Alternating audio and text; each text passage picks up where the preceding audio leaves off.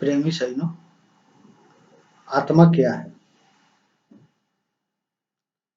आत्मा को कैसे समझेंगे? कैसे जान सकते हैं? आत्मा हम सबके अंदर है। आत्मा एक शक्ति है। आत्मा एक एनर्जी है।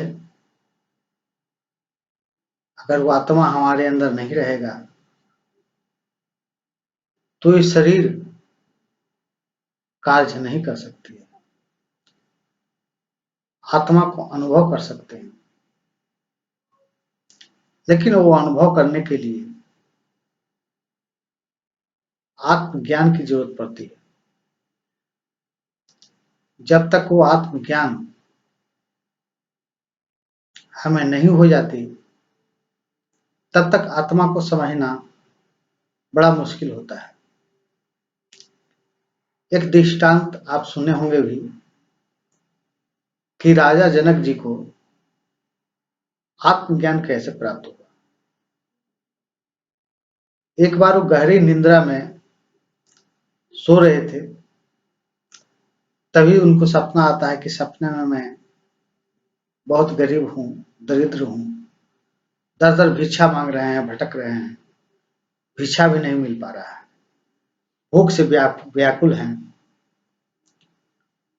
भिक्षा मांगते मांगते एक ब्राह्मणी के घर पहुंचे। बूढ़ी माता निकली घर से, बोले महाराज जी, जनक जी कि माता हमें कुछ खाने को दो, बहुत जोरों की भूख लगी। माता बोली कि बेटा खाने के लिए तो अभी मेरे पास कुछ नहीं है, मेरे पास चावल है, दाल है, खिचड़ी पका के खा लेना। राजा जनक बड़ी मशक्कत के साथ वो खिचड़ी पकाते हैं जंगल में जाकर के। ठंडा होने के लिए पत्ते पर खिचड़ी को डाल देते हैं। 2 साँड़ लड़ते हुए आता है और खिचड़ी को मिट्टी में मिला देता है। जब मिट्टी में खिचड़ी मिल जाता है, तब राजा जनक का नींद खुल जाता है। कहते हैं अभी तो मैं गरीब था, दर दर भटक रहा था, और अभी मैं राजा हूं। आखिर सत्य क्या है? वो सत्य जानने के लिए सारे शहर में, सारे नगर में अपना ढिंढोरा पिटवा दिया कि जो मेरे प्रश्न का जवाब देगा उसको आधा राज आधा पाट दे दिया जाएगा। सारे नगर से, देश से विद्वान लोग आए, अपना प्रश्न उन्होंने रखा कि जो मेरे प्रश्नों का जवाब दे देगा उसको आधा राज आधा पाट दिया जाएगा। एक सोने का सिंहासन भी नियुक्त किया कि जिस पे जो बैठ करके जवाब देगा उसके जवाब से संतुष्ट हो जाएंगे तो पूरा राजपाट अर्पण कर देंगे। अगर उनके जवाब से संतुष्ट नहीं हो गए तो सर कलम कर दिया जाएगा। जो खड़े होकर जवाब देंगे, अगर उनके जवाब से हम प्रसन्न हो गए, संतुष्ट हो गए, तो उनको आधा राज आधा पाट दिया जाएगा, और नहीं तो जब तक जवाब नहीं मिले उनको बंदी बना करके रखा जाएगा। सभी विद्वान आए, अपने अपने तरह से समझाना शुरू किए। राजा जनक को संतुष्टि नहीं हुआ। सभी विद्वानों को कैदी बना लिया गया। कुछ समय पश्चात अष्टावक्र का जन्म हुआ। बच्चों के साथ खेलने जाते थे। बच्चे कुछ कुछ बोलते थे। अष्टावक्र माता जी के पास बोलते थे कि माता जी मेरे पिताजी कहाँ हैं, जरा मुझे बता दो। माता ने बोली कि बेटा तुम्हारे पिताजी तो प्रदेश गए हैं कमाने के लिए, वो आएंगे। बार बार इसी तरह कह कर के टाल देते थे। एक दिन की बात ऐसा है कि अष्टावक्र जीत पर अड़ गए। बोले कि नहीं माता जी, अगर तुम नहीं मेरे प्रश्न का जवाब देगी, नहीं सही सही बताएगी, तो मैं अपना शरीर को त्याग दूंगा। अब जब जीत पर अड़ गए तो माता बोली कि तुम्हारे पिताजी राजा जनक के दरबार में बंदी बने हुए हैं। अष्टावक्र बोले कि मैं अभी छुड़ा करके उनको लाता हूं। माता बोली कि नहीं, वहां बहुत सारे विद्वान बन रहे हुए हैं, तुम मत जाओ वहां। बोले कि नहीं, मैं जाऊंगा। अष्टावक्र जी वहां से चल दिए। लाख माना करने के बावजूद भी राजा जनक के दरबार में पहुंचे। दरबार पर पहुंचने के बाद सिपाही लोग खड़ा थे। सिपाही लोग को सूचना दिए कि जाओ राजा जनक जी को खबर दो, सूचना दो कि अष्टावक्र कुछ कहना चाहते हैं, जवाब देने के लिए आए हैं आपको। सिपाहियों ने बोला, दरबारियों ने बोला कि बड़े बड़े विद्वान तो यहाँ बंदी बने हुए हैं, तू क्या उनको जवाब देगा, चलो भागो यहाँ से। अष्टावक्र जी बोले कि तुमको नौकरी करना है, अगर नौकरी करना है तो मेरा सूचना राजा के दरबार में पहुंचाओ। इतना कहना था। दूसरे द्वारपाल बोले कि भाई इनको आवाज तो सुनो, इनको आवाज में कितना दम है। वो तुरंत जैसे राजा जनक के दरबार में खबर किए, फिर उनको भेजा गया। जब वहां पहुंचे दरबार में, सोने के सिंहासन पर विराजमान हो गए। विराजमान होने के पश्चात हंसी का ठहाके गूंजने लगी। सारे विद्वान हंसे, अष्टावक्र जी भी पूरा ठठा करके हंसे। फिर उन्होंने पूछा कि बताओ इस चमारों की टोली कहां से इकट्ठा किया।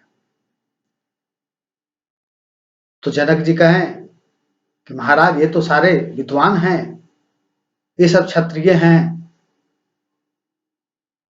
ब्राह्मण हैं, अपने अपने तरह से उनको बताए। उनको अष्टावक्र जी बोले कि बताओ इन्होंने हंसा क्यों, मेरे टेढ़े मेढ़े शरीर देख करके, पहले ही बताओ। लोहे की पहचान कौन करता है। तो सभी लोगों ने बताया कि लोहे की पहचान लोहार करता है। सोने की पहचान कौन करता है, तो जौहरी करता है, सोनार करता है। तो बताइए चमड़ी की पहचान कौन करता है। सभी लोग चुप हो गए। अब लगा राजा जनक को कि मेरे प्रश्नों का जवाब सही से मिल जाएगा।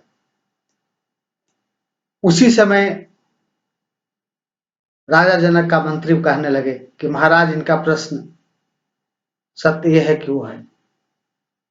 अष्टावक्र जी बोले तुम शांत रहो, इनके मुंह में आवाज नहीं है। फिर राजा जनक जी बोलने लगे कि महाराज सत्य है कि वो है, तो पहले सुनो, पहले ये बताओ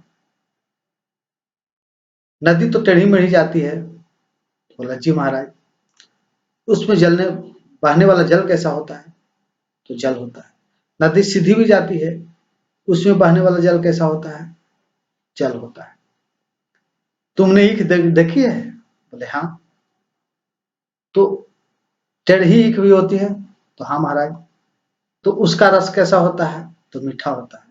सीधी ईख का रस कैसा होता है, तो मीठा होता है।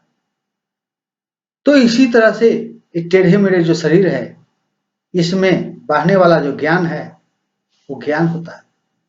तुम शरीर देख करके हंसा। अब राजा जनक जी को लगा कि मेरे प्रश्नों के जवाब सही मिलेगा। तब उन्होंने कहा कि महाराज मेरा प्रश्न सत्य यह है कि वो है।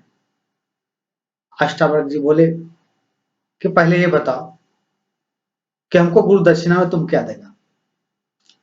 बोले महाराज ये पूरा राजपाट मैं आपको सौंप दूंगा। बोले कि तुम्हारा जो अपना है वो हमें चाहिए। सोच करके बताओ। सोच के बताए कि महाराज ये राजपाट मेरा ही है, मैं आपको सारा दे दूंगा। बोले नहीं, इसके पहले किसका था, तो हमारे पिताजी का था, पूर्वज का था। बताओ तुम्हारे बाद किसका होगा, तो पुत्र का होगा। तो तुम्हारा कैसे हुआ, जो तुम्हारा अपना है वो बताओ। फिर सोचने विचारने के बाद कहें कि ये शरीर मैं आपको दे दूंगा। फिर अष्टावक्र जी बोले ये शरीर भी तुम्हारा नहीं है। ये शरीर नहीं था तब भी तू था, ये शरीर नहीं रहेगा तब भी तू रहेगा, ये शरीर है तब भी तू है, ये शरीर भी तुम्हारा नहीं है। फिर अष्टावक्र जी बोले सोच विचार करके, कहे कि मन, तो मन दिया तीन सब दिया, मन के लार शरीर, आप देवन को कुछ नहीं कह गए दास कबीर। तो मन देने के बाद स्वतः सब कुछ चला जाता है। तब उनको आत्मज्ञान दिए। आत्मज्ञान कहने का विषय नहीं है, ध्यान का विषय है। आत्मज्ञान एकांत में ले जाकर के उन्होंने दिया। घोड़े के पैर पर, रिकाव पर पैर रखने में जितना समय लगता है उतना ही देर में उनको समाधि लग गया। फिर बोले अष्टावक्र जी ध्यान से भंग किए। बोले क्या बताओ? बोले प्रभु मेरे को माफ कीजिए, मेरे को यहीं रहने दीजिए, हमको ध्यान से भंग मत कीजिए, उस सत्ता से भंग मत कीजिए। बोले नहीं, तुमको तो इस राज में रह करके करना पड़ेगा, एकांत में नहीं रहना है तुझे। बोले नहीं महाराज, सारा राजपाट तो मैंने आपको दे दिया। बोले कि राजपाट मेरे को दिया, लेकिन पहले तुम अपना समझ के चला रहा था, अब मेरा समझ करके तुम चला रहेगा और उसी राज में रहेगा। फिर जाकर के उस आत्मज्ञान की महत्ता को उन्होंने समझा। जो सारा सुखों का रहस्य है, धन संपत्ति अर्जित कर लेने से वो शांति सुख का अनुभव नहीं हो पाता जब तक आत्मज्ञान हम अनुभव नहीं कर सकते हैं, आत्मज्ञान प्राप्त नहीं कर सकते हैं। उसको प्राप्त करने के लिए प्रेमी सज्जनों गुरु के पास जाना पड़ता है।